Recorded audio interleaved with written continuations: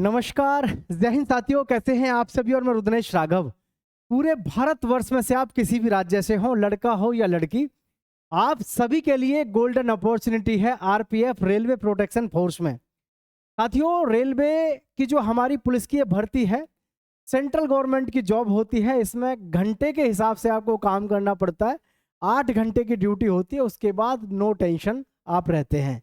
यानी कि आपको 24 घंटे ड्यूटी का खतरा नहीं रहता, पब्लिक में ज़्यादा जाने का भी नहीं है। बहुत ही ज़बरदस्त जॉब है हमारी आरपीएफ की। तो इसके विषय में मैं पूरी जानकारी दे रहा हूँ आपको। आरपीएफ की जो भर्ती है, इसमें कुछ बदलाव भी हुए हैं, और आपके जो ऑनलाइन फॉर्म है, उस ऑनलाइन फॉर्म कब से शुरू हो रहे हैं वो भी मैं आपको पूरी जानकारी दे रहा हूँ। उससे पहले कुछ खास बातें जरूर बता दूं। सीआरपीएफ में नए फॉर्म आ चुके हैं, जाकर के उसका फॉर्म भर दो। दूसरी चीज, असम राइफल और सीआईएसएफ में भर्ती आ रही है, उसके लिए भी आप तैयार रहो, ठीक है। और आरपीएफ के बारे में मैं इसके बारे में आपको पूरी जानकारी दे ही रहा हूं, ध्यान से देखिएगा। चैनल को सब्सक्राइब करके दोस्तों के साथ शेयर कर दीजिएगा, ठीक है। ये जो भर्ती है ना आपकी आरपीएफ कांस्टेबल की, मैं ये कह रहा हूं आरपीएफ कांस्टेबल और सब इंस्पेक्टर दोनों में रिटन एग्जाम में इतना कंपटीशन नहीं होता जितना इसमें फिजिकल में कंपटीशन होता है। सारे बच्चे जो आउट होते हैं इसमें, ज्यादातर सबके सब बच्चे कहाँ होते हैं, फिजिकल में। क्योंकि लॉन्ग जंप आपकी 14 फीट है ना, हाई जंप भी जब जबरदस्त लेते हैं 4 फीट। लड़के और लड़कियां दोनों के दोनों बहुत ज्यादा फेल होते हैं। अगर आपके फिजिकल में दम है तो आई होप इसका जो है आपको ट्राई करना चाहिए, ठीक है। अब देख लेते हैं भाई आपकी पूरी जानकारी, सभी साथी ध्यान से देखेंगे। और ऐसा कोई साथी ना हो जिसने चैनल को सब्सक्राइब ना कर रखा हो, ठीक है। देखें, चलिए। भास्कर एक्सक्लूसिव में क्या लिखा है, नई भर्ती से लागू होंगे नए नियम, गजट नोटिफिकेशन जारी। आरपीएफ में अब एसआई व कांस्टेबल पदों के लिए अभ्यर्थियों की शारीरिक मापदंड और दक्षता सीएपीएफएस की तर्ज पर जांचेंगे। मतलब सीएपीएफ का मतलब है सेंट्रल आर्म पुलिस फोर्स। जैसे एसएससी जीडी की भर्ती होती है, उसी की तर्ज पर आपकी आरपीएफ की भर्ती होगी। लेकिन ये आपसे किसी ने गलत कह दिया कि जी अब इसकी भर्ती जो है एसएससी जीडी के साथ आएगी। इसकी भर्ती तो आपके सामने है, मैं आपको पूरी जानकारी डिटेल में दे रहा हूं, ध्यान से देख लो। और कोई भी ऐसा साथी होना नहीं चाहिए जिसने चैनल को सब्सक्राइब ना कर रखा हो, ठीक है। तो देखो, एजुकेशन रिपोर्टर्स अजमेर से क्या क्या है देखें। रेलवे में आरपीएफ सब इंस्पेक्टर व कांस्टेबल पदों की भर्ती में अभ्यर्थी की शारीरिक दक्षता व शारीरिक माप अब केंद्रीय सशस्त्र पुलिस बल सीएपीएफएस की तर्ज पर की जाएगी। इस संबंध में रेलवे बोर्ड द्वारा नए नियम तय कर गजट नोटिफिकेशन जारी कर दिया गया है। माना जा रहा है कि नई भर्ती शीघ्र आ सकती है, ठीक है। मतलब मैं आपको यह बता रहा हूं कि भर्ती कब आनी है, आप ये छोड़ो, बस बातों पे फोकस करो कि इसमें क्या क्या आपके लिए बदलाव हुए हैं। आरपीएफ सब इंस्पेक्टर के पदों के लिए आखिरी भर्ती अप्रैल 2024 में निकाली गई थी। कुल 552 पदों के लिए निकली। इस भर्ती की प्रक्रिया अभी जारी है, हो चुकी है अब तो। यह भर्ती कोविड के बाद पहली बार निकाली गई थी, इसलिए इस भर्ती में रेलवे भर्ती बोर्ड द्वारा 1 जुलाई 2024 तक 20 से 28 वर्ष की उम्र के अभ्यर्थियों को आवेदन का मौका दिया गया था, ठीक है।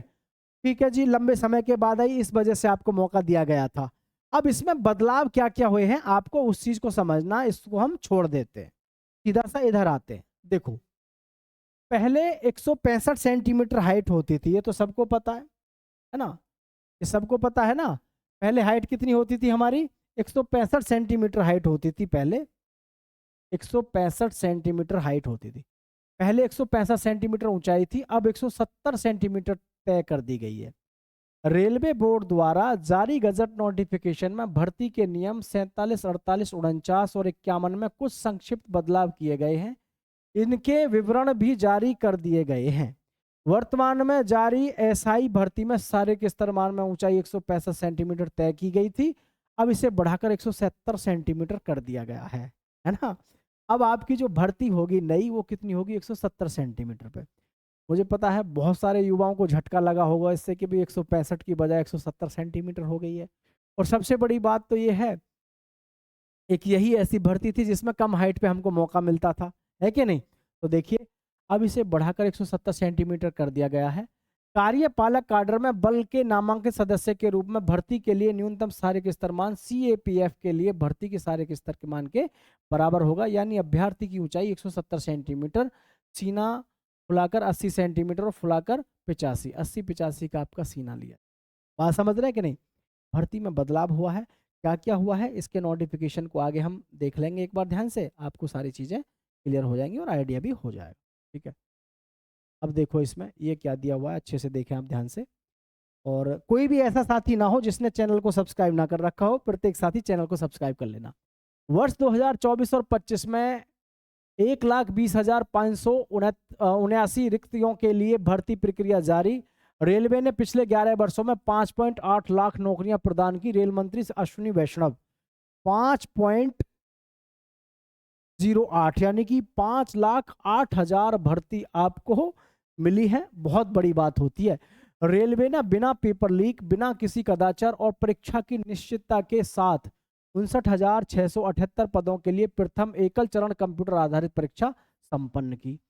चल रही भर्ती में technician, junior engineer, paramedical staff, RPF, SI और ALP जैसे सुरक्षा श्रेणी है ना, श्रेणियों में 23,000 अभ्यर्थियों भी शामिल हैं, मतलब सुरक्षा श्रेणी में। ठीक है, भारतीय रेलवे के आकार, स्थानीय वितरण और संचालन की गंभीरता को देखते हुए रिक्तियों का उत्पन्न होना और भरना एक सतत प्रक्रिया है, यानी कि इसमें लगातार आपकी भर्ती प्रक्रिया चलती ही रहेगी। इसमें नियुक्ति, नियमित संचालन, प्रौद्योगिकी में परिवर्तन, मशीनीकरण और नवीन प्रक्रियाओं को पूरा करने के लिए पर्याप्त उपयुक्त जनशक्ति उपलब्ध कराई जाती है। रिक्तियों की मुख्य रूप से रेलवे द्वारा परिचालन और तकनीकी आवश्यकताओं के अनुसार भर्ती एजेंसियों के माध्यम से नियुक्तियां करके भरा जाता है।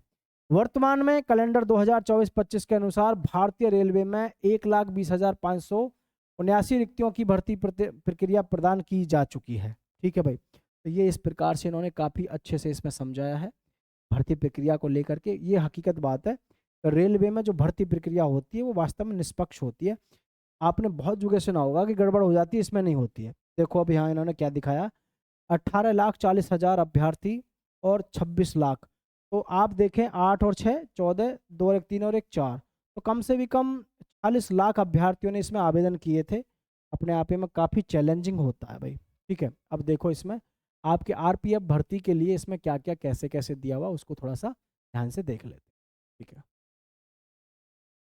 देखें आप थोड़ा सा ध्यान से, लेकिन कोई भी साथी ऐसा ना हो जिसने चैनल को सब्सक्राइब ना कर रखा हो, क्योंकि आपकी कोई सी भी सेंट्रल, स्टेट या फिर सरकारी नौकरी का कोई भी किसी भी प्रकार का नोटिफिकेशन होता है, हम आपके साथ ज़रूर साझा करते हैं हर प्रकार की इंपॉर्टेंट इन्फॉर्मेशन को। ठीक है, और जल्दी ही अब हमारी एप्लीकेशन भी आ चुकी है रुद्नेश क्लासेस के नाम से, आपको हर सुविधा मिलेगी पढ़ाई से लेकर के हर चीज़ के बारे में। ठीक है, तो मोड ऑफ एग्जाम जो रहेगा ऑनलाइन रहेगा, कंप्यूटर बेस्ड टेस्ट रहेगा।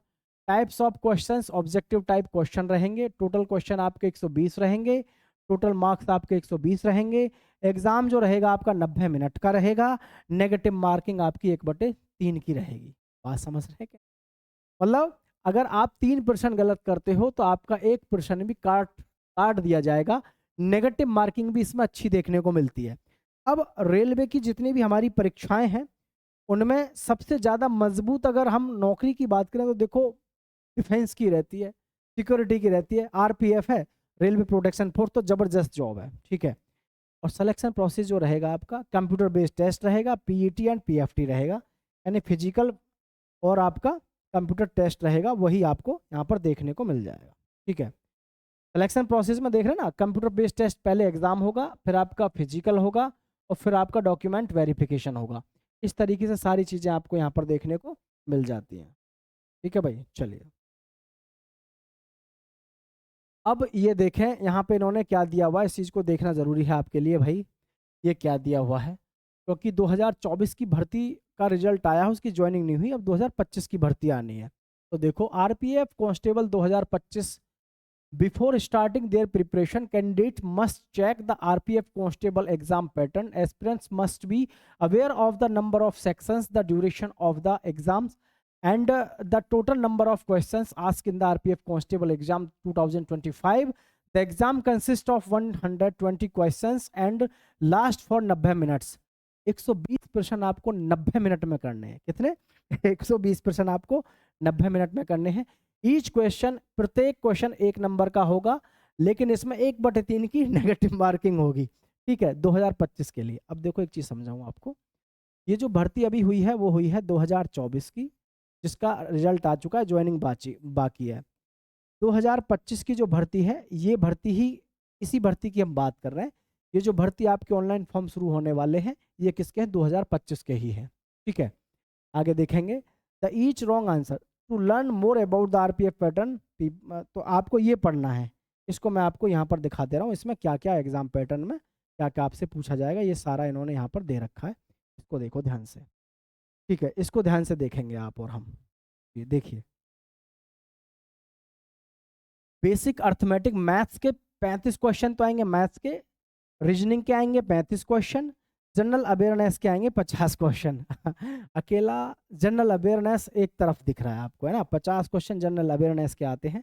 120 टोटल क्वेश्चन होंगे 120 मार्क्स के, तो भैया 120 प्रश्न 120 मार्क्स के ही होंगे, ठीक है। अब अभी पिछली बार भी जो बच्चों का सिलेक्शन हुआ है वो भी मैं आपको बता दूं। वैसे इसके जो फॉर्म है आपके जून जुलाई में आपके फॉर्म शुरू हो जाएंगे, क्या जून जुलाई 2026 में पूरी उम्मीद है कि इसके ऑनलाइन फॉर्म जून जुलाई में आ जाएंगे। उसका कारण है कि आरपीएफ की भर्ती और रेलवे ग्रुप डी की भर्ती दोनों साथ साथ चलती है। इधर तो मई के लास्ट में और जून में आपका ग्रुप डी का एग्जाम लग जाएगा, तो फिर इधर जो है आपका आरपीएफ पे काम शुरू हो जाएगा। ये जो मैं कह रहा हूँ आपसे बात वो समझिए, आरपीएफ की भर्ती और रेलवे ग्रुप डी की भर्ती साथ साथ चलती है, ठीक है। तो रेलवे ग्रुप डी में फॉर्म भरे जा चुके हैं, इसमें थोड़े लेट भरे जाते हैं, 1 आध महीने के अंतराल से। तो ये सारी चीज़ें आपको यहाँ पर समझ में आ गई हैं। आगे की प्रक्रिया और देख लो इसमें क्या क्या है, ठीक है। ये है आपके पास में जो बदलाव होंगे, वो क्या क्या बदलाव हैं वो चीज़ देख लो आप, ठीक है। ये है आपका, ध्यान से देखना थोड़ा सा आपको सारी चीज़ें, ताकि क्लियर हो जाए भाई, ठीक है। देखिए ध्यान से, यहाँ लिखा हुआ है इफेक्टिव डेट। इफेक्टिव डेट का मतलब क्या होता है? इफेक्टिव डेट का मतलब होता है कि जो भी नियम बदले जा रहे हैं वो लागू कब से होंगे। इफेक्टिव डेट का मतलब क्या होता है? नियम आपके लागू कब से होंगे, ठीक है। देखो ध्यान से, These rules are called the Railway Protection Force Amendment Rule 2025 and came into effect upon publication in the Official Gazette on 17 अक्टूबर 2025। जो नए नियम हैं भर्ती प्रक्रिया में वो कब से लागू हो रहे हैं? 17 अक्टूबर 2025 से लागू हो चुके हैं। और रिक्रूटमेंट जो प्रोसेस रहेगा हमारा, देखो क्या क्या है इसमें। Recruitment for sub inspector executive and constable executive in RPF will now be conducted through the staff selection commission SSC, ठीक है। अब आपकी जो भर्ती है वो किसके थ्रू होगी? एसएससी के थ्रू होगी, समझ पा रहे हैं? एसएससी के थ्रू होगी। The recruitment and medical standards will be identical to those of the central arm police forces. CAPF की तरह ही आपका क्या होगा, ध्यान से देखें, मेडिकल जो चेक होगा आपका वो सारा का सारा सेंट्रल आर्म पुलिस फोर्स की तरह होगा, जैसे आपका सेंट्रल आर्म पुलिस फोर्स में होता है। फिजिकल स्टैंडर्ड्स की बात करें तो ये देखो क्या क्या बदलाव हैं, हर चीज के विषय में यहाँ प्रॉपर वे में दिया हुआ है।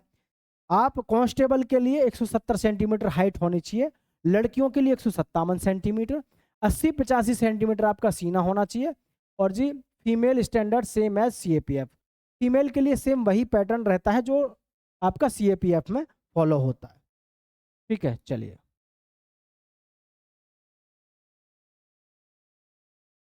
सब इंस्पेक्टर के लिए आपके सामने है। सब इंस्पेक्टर में देख सकते हैं आप क्या क्या दिया हुआ है। सब इंस्पेक्टर में देखो 170 सेंटीमीटर तो मेल कैंडिडेट्स के लिए है, 157 आपका फीमेल के लिए है, 80-85 आपका सीना है मेल के लिए, और लड़कियों के लिए सीना वगैरह मेजरमेंट होता ही नहीं है, ये आपको सबको पता होना चाहिए।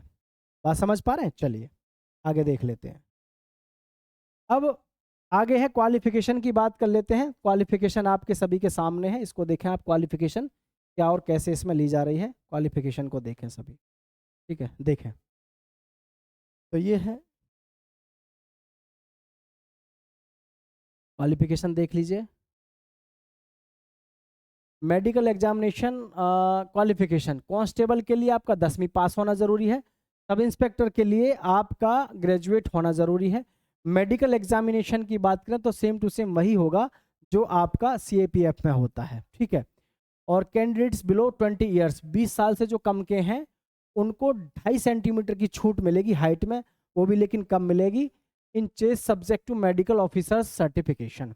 जब आप मेडिकल ऑफिसर से लिखवा के ले आओगे कि हाँ जी इसकी कम 20 साल से कम उम्र है और इसकी अभी उम्मीद है बढ़ने की, तो आपको छूट मिल जाएगी। ठीक है, तो आपको ये सारी चीज़ें ध्यान रखनी है। इसके जो ऑनलाइन फॉर्म है, जून और जुलाई में ऑनलाइन फॉर्म शुरू होने की संभावना है।